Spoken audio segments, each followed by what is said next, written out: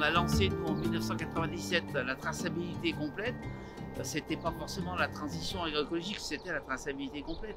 Et sur ce dossier-là, on s'est mis pour être différent des autres. Puis après, on a complexifié les choses, on a compris que notre parole ne suffisait pas, donc il fallait qu'on ait des garanties extérieures. Donc voilà ce qu'on a mis en place et on a entraîné l'entreprise dedans. Donc aujourd'hui, ce changement, qui est devenu la transition agroécologique, elle est venue tout naturellement, ça a un sens globalement. Alors après, on l'appelle d'un nom ou d'un autre nom. Le vrai chose, c'est comment est-ce qu'on fait pour continuer à produire et limiter notre impact sur la nature. Les gens qui viennent chez nous, c'est pour ça. Ils ne viennent pas pour dire la vente massive de produits, il faut qu'on ait conscience et voilà comment on travaille. Nous sommes meuniers, fabricants d'alimentation animale, négociants en céréales et vendeurs d'approvisionnement agricole. Nous écrasons au moulin 22 000 tonnes de blé pour produire un peu plus de 16 000 tonnes de farine. Nous nous approvisionnons chez 250 exploitations agricoles sur Rhône-Alpes. Aujourd'hui, le moulin travaille 100% avec la boulangerie artisanale sur le territoire de Rhône-Alpes.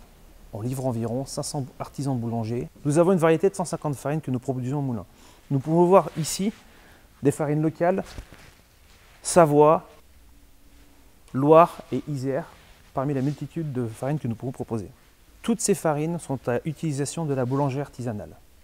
Nous sommes une région chauvine, fière de notre histoire, c'est pourquoi nous avons développé cette multitude de gammes de farines pour répondre à cette demande. Les consommateurs souhaitent savoir de plus en plus comment sont produits les aliments qu'ils consomment.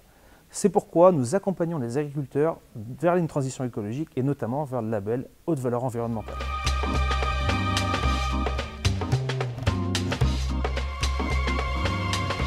La certification haute valeur environnementale répond à une demande du consommateur. C'est pour ça qu'on souhaite accompagner nos agriculteurs dans cette transition. On accompagne les agriculteurs vers la transition agroécologique par l'intermédiaire de nos conseillers qui les rencontrent quotidiennement sur le terrain.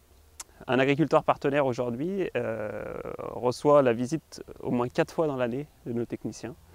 Une fois dans l'été afin de prévoir l'assolement et de discuter variété. Une fois dans l'automne, une fois le blé semé sur une visite de parcelle terrain.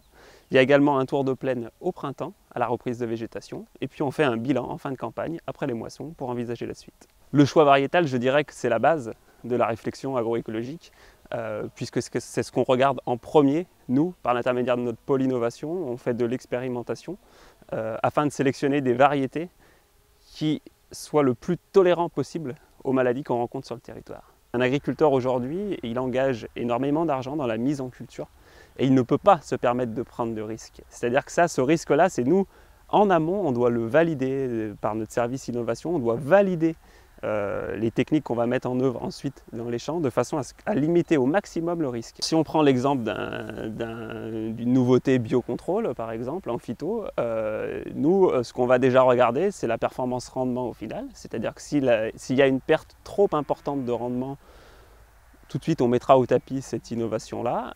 Par contre si on a une performance rendement, on va aussi ensuite regarder que économiquement ça passe pour l'agriculteur.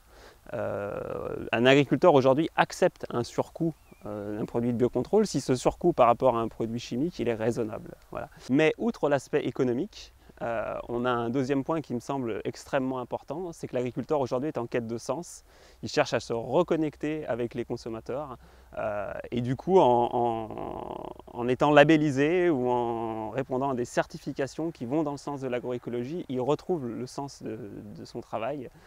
Cela lui permet aussi de communiquer avec son consommateur de proximité et je crois que c'est bien là le plus important pour lui.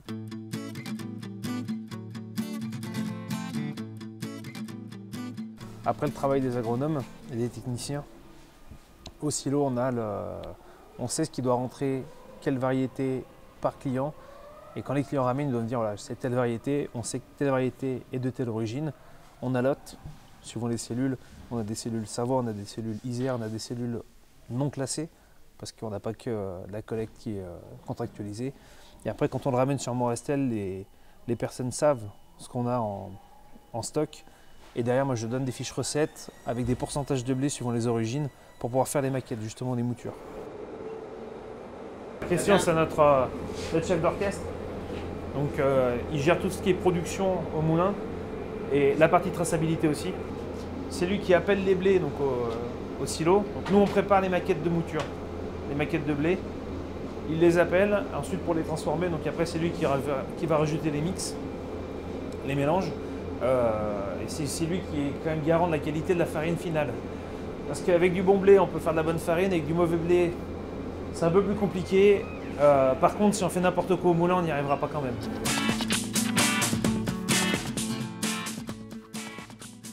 vais vous prendre 2 tortillas, s'il vous plaît. Le label Blé Rhône-Alpes et Blé Isère pour la tradition, comme on a, pour moi, c'est juste exceptionnel parce que voilà, on travaille avec des produits locaux. Voilà, c'est très important pour moi aujourd'hui. Les gens sont de plus en plus réceptifs par rapport aux farines locales et te faire travailler les gens voilà, du terroir.